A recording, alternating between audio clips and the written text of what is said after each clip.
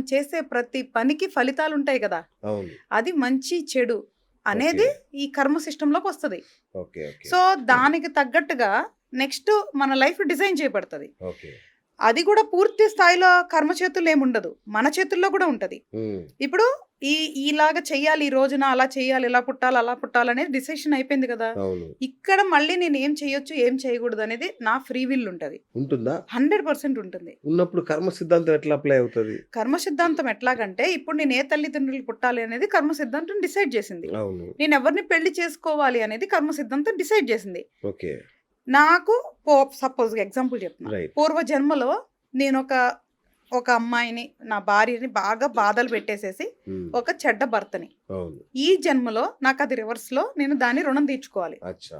నేను బాధలు పడే భార్యని, బాధలు పెట్టే భర్త భర్త. రావాలనేది కర్మ సిద్ధాంతం డిసిషన్ తీసేసుకుంది. ఓకే. ఇప్పుడు నాకు బాధలు పెట్టే భర్త ఉన్నాడు, కానీ నాకు ఫ్రీ విల్ ఉంది. హ్మ్. ఇప్పుడు అతని చేతుల్లో నేను బాధలు పడాలా, అతన్ని మార్చుకోవాలా, లేదా అతను వదిలేయాలా, హ్మ్.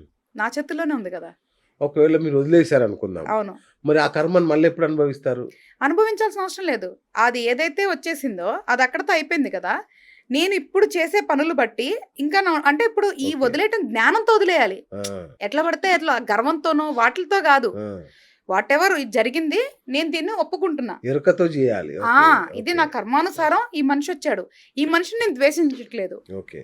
నేను చెప్పే వదిలేయటం కోపంతో ఆ, వీడంతా చూద్దామని ఆ. వదిలేసి కేసులేసి అట్లా కాదు నేను ఆ, అంటుంది. ఆ, ఆ. నా కర్మానుసారం ఈ మనిషి వచ్చాడు, సో ఈ మనిషిని నేను క్షమించేస్తున్నా. ఓకే. నేను చేసుకున్న దానికి ఈ మనిషి వచ్చాడు, ఈ మనిషిని క్షమించడం వల్ల ఇక్కడ నా రుణానుబంధం కట్ అయిపోతుంది. కట్ అయిపోతుంది. ఓకే. కానీ అక్కడ నేను ఉండాలా లేదా అనేది నా ఫ్రీ విల్. ఓకే. ఇక్కడ నుంచి ఉంటది. ఒకవేళ ఆ మనిషి నుండి ఆయన టార్చర్ పెడితే నాకు ఆగామి కర్మ, అంటే ఇప్పుడు ఫ్యూచర్ కర్మ ఫామ్ అవుతుంది. ఓకే.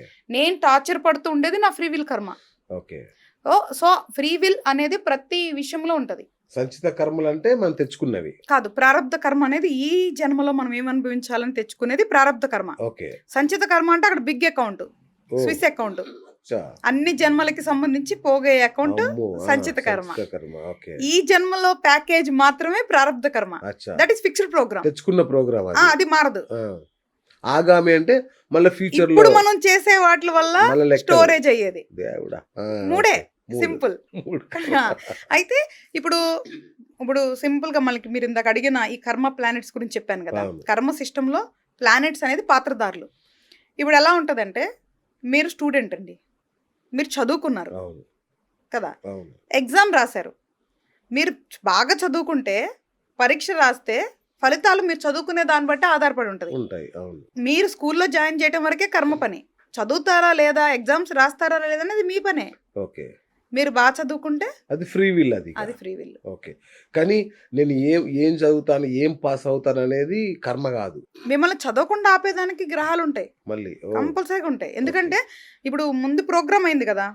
ఇప్పుడు మీకు ఇందాక చెప్పాను, ఇప్పుడు మంచి తల్లిదండ్రులు దొరకటం అదృష్టం అంటారు. అవును. కొన్నిసార్లు అవ్వకపోవచ్చు. అప్పుడు అక్కడ బాధలు పడేటప్పుడు మాక్సిమం మనకి ఫ్రీ విల్ ఉన్నా కూడా తల్లిదండ్రులను వదిలేసి వెళ్ళలేరు ఒక వయసు వచ్చే వరకు. కరెక్ట్. అంటే రెక్కలు రాకుండా ఎగరలేరు అంతే కదా. కదా. అవును. అప్పుడు వరకు తల్లిదండ్రుల మీద భరిస్తారు. ఆధారపడాల్సిందే, అవును. భరించాల్సిందే. ఇప్పుడు ఈ భరించే ఈ ప్రాసెస్ ఉంది కదా, ఈ ప్రాసెస్ అంతా ప్రారంభ కర్మలో భాగమే కదా. ఉమ్. కానీ మనం అర్థం చేసుకొని ఆ దాంట్లోంచి బయటికి వచ్చేలాగా మనల్ని మనం కసరత్తు చేసుకునేది మాత్రం మన చేతుల్లో ఉంటుంది. ఓకే. అదే జ్ఞానం.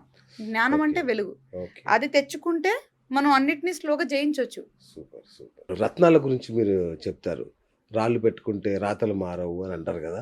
మరి నవరత్నాలు ఏంటి, వీటికి ఇంత ఈవెన్ విష్ణుమూర్తి వక్షస్థలం మీద కూడా పచ్చ ఉంటుంది. అంటే రత్నాలకు అంత విలువ ఎప్పటి నుంచో ఉంది కదా. అవును, మరి ఏంటి మీరు రాళ్ళను కొట్టిపారేస్తున్నారు? కొట్టిపారేయట్లేదు. ఉమ్. రాళ్ళు విలువైనవే, ఉమ్. అవి పనిచేస్తాయి. ఓకే. కాకపోతే ఇక్కడ అవే మార్చేస్తాయి అనే భ్రమలో ఉంటున్నారు. అవును. ఆ భ్రమ తప్పు. నేనేమంటున్నానంటే, ఓకే. రాళ్ళు అనేది సపోర్ట్, నాట్ సొల్యూషన్. ఓకే. రాళ్ళు సహకారం చేస్తాయి, మీకు సమస్యని అవే పరిష్కారం చెయ్యు. పరిష్కారాన్ని తీసుకురావు. ఓకే. ఓకే. ఇది అర్థం చేసుకోమంటున్నా. రైట్. ప్రతిదీ కూడా మూర్ఖత్వంతో చెయ్యొద్దు, అర్థం చేసుకొని చెయ్యండి అంటున్నా. ఓకే. అసలు ఇప్పుడు మన దగ్గర ఉన్న 99% మందికి ఏ రాళ్ళు చెప్పాలో కూడా తెలియకుండా చెప్తున్నారు. ఓకే. ఏ రాళ్ళు ఇప్పుడు మీకు ఇందాక ఇప్పుడు మీకు ఏదైనా ఎవరికైనా ఏదైనా రోగం వచ్చింది, డాక్టర్ దగ్గరికి వెళ్తారు, అవును. మందులు ఇస్తారు, వాళ్ళు వేసుకుంటే టయానికి అది తగ్గుతుంది. అలా అని చెప్పి ఫ్యూచర్ లో ఎప్పుడు రాదని కాదు కదా మళ్ళీ కరెక్ట్. వాళ్ళు తినే పదార్థాలు బట్టో వాళ్ళు నిద్రపోయే దాన్ని బట్టో వీటిలన్నిటి బట్టి ఉండాలి. టాబ్లెట్లు ఇచ్చే పద్ధతి ఉన్నా దాన్ని మళ్ళీ మిగతా సిస్టమ్ లో ప్రాపర్ గా అవ్వకపోతే కూడా ఆ మెడిసిన్స్ పనిచేయవు కదా. అంతే కదా. సో రాళ్ళు అనేది జస్ట్ కొంచెం సహకారం మాత్రమే. ఓకే. అది మన దగ్గర ఇక్కడ మిస్గైడెన్స్ జరుగుతుంది. అది అర్థం చేసుకోమంటున్నాను. వాటి పేరు మీద వేల కోట్ల లక్షల కోట్ల అది అవును. నడుస్తుంది వ్యాపారం. అవును. ఇప్పుడు మనం ధర్మాన్ని నమ్ముకొని శాస్త్రాన్ని చేస్తున్నాం. అవును. ఎవరు మోసపోవద్దు అంటున్నాను. నేను అమ్మే వాళ్ళని అమ్మొద్దు అంట్లా, కొనే వాళ్ళని కొనొద్దు అంట్లా, ఓకే. చెప్పే వాళ్ళని చెప్పొద్దు అంట్లా. చెప్పేవాళ్ళు శాస్త్రబద్ధంగా నిజాయితీగా ధర్మంగా చెప్పండి. చెప్పండి. ఏ రాయి ఖచ్చితమో పెట్టుకునే అర్హత ఉంటుందో అది పెట్టుకోండి. పెట్టుకోండి. అమ్మే వాళ్ళు కూడా నిజమైన రత్నాల్ని మంచిగా అమ్మండి. ఎక్కువ డబ్బులు సంపాదించకండి. పెట్టుకునే వాళ్ళు కూడా వీటికి భయపడి పెట్టుకోమాకండి. తెలిసి జ్ఞానంతో పెట్టుకోండి. రైట్. అప్పుడు ఇంకా మంచిగా ఉంటది. ఓకే. అంతే, పెట్టేసుకోగానే మారలేదు అని చెప్పి అవును. ఆ బాధపడి మళ్ళీ దాన్ని తీసి పడేసి ఎందుకు సమయాన్ని డబ్బుని వృధా చేసుకోవాలి. సో కొంత జ్ఞానం తెలుసు ఎరకతో చేస్తే ఫలితాన్ని వస్తాయి. ప్రతిదీ ప్రశ్నించుకోమంటున్నా. రైట్. ఎదుటి వాళ్ళు భయపెడితే భయభ్రాంతులతో చెయ్యొద్దు, అవగాహనతో చెయ్యండి. కానీ మేడం ఇప్పుడు చుట్టూ 90% మంది నకిలీలే ఉన్నారు. ఒక నకిలీ దగ్గర నుంచి ఇంకో నకిలీ దగ్గర పోతున్నట్టుంది పరిస్థితి తప్ప అవును. ఎట్లా వీటిని కనుక్కోవడం? ఒరిజినల్ జాతి రత్నాలని ఇప్పుడు నేపాల్ రత్నాలు అంటారు, ఇంకేదో రత్నాలు అంటారు. అది ఏది నిజమో ఏది అబద్ధమో అసలు తెలియని పరిస్థితి. అందుకే దాని అవసరం అంత లేదు అనేది గ్రహిస్తే రైట్. ఇంతమంది దగ్గర తిరగాల్సిన అవసరం లేదు. అవసరం లేదు. అందుకే అంటుంది మ్మ్. రత్నాల వల్ల తలరాతలు మారవు, మారవు. కానీ కొంత సపోర్ట్ ఉంటది. అది అవసరమైనప్పుడు దాని యోగం ఉన్నప్పుడు అదే తీసుకెళ్తది. ఓకే. మీరు అన్నారు కదా ఈ నకిలీల దగ్గరికి తిరగటం కూడా వాళ్ళకున్న చెడు కర్మనే. అంతేనా? ఆ, ఓకే. మంచి కర్మ మంచి యోగం ఉండాలి అంటే మంచి జ్యోతిష్కుల దగ్గరికి వెళ్ళాలి. నేను ఇచ్చే పబ్లిక్ స్టేట్మెంట్ నా దగ్గరికి యోగం లేకుండా రాలేరు. ఓకే. అవును. ఆ గ్రహాలు మాత్రమే తలుచుకుంటేనే నా దగ్గరికి రాగలవు. ఎందుకు డబ్బులుండి నా దగ్గర అపాయింట్మెంట్లు అవ్వని వాళ్ళు చాలా మంది ఉంటారు. నేనేం ఆపను, ఓకే. టైం రావాలి.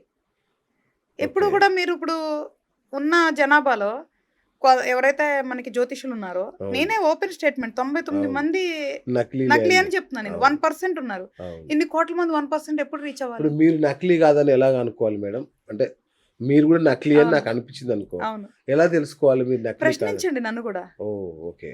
నన్ను కూడా ఒకసారి ప్రశ్నించండి. మీ దగ్గరకు వస్తే గానీ తెలియదు. అది నా దగ్గరికి వస్తే అసలు ఫస్ట్ నా ఓపెన్ స్టేట్మెంటే నా వీడియో మన ఛానల్లో అవును. కానీ ఎక్కడన్నా అవును. నా అవును. ఓపెన్ స్టేట్మెంట్ ఏంటంటే నేను మీ తలరాతలు మార్చను. నేను మార్గం చూపిస్తా, నడవాల్సింది మీరే. ఓకే.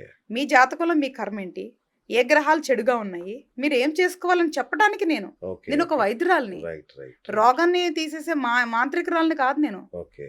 నేను ఒక మార్గం చూపిస్తా. మీకు మార్గం చూపించే వాళ్ళు ఎవరున్నారు ఇక్కడ? ఓకే. ఒక గురువుని, ఒక మెంటార్ని, రైట్. ఒక డాక్టర్ని. కరెక్ట్. నేనే కాదు, ఈ ప్రపంచంలో ఉన్న ఏ జ్యోతిష్కులు మీ తలరాతలు మార్చలేరు. మేము తలరాతలు చెప్పడానికి చెప్తాం, చదువుకున్నాం. చదివి చెప్తాం నాన్న నీ పుస్తకంలో ఇది ఉంది అంతే. చూసుకో అంతే. అంతే. రైట్. సూపర్.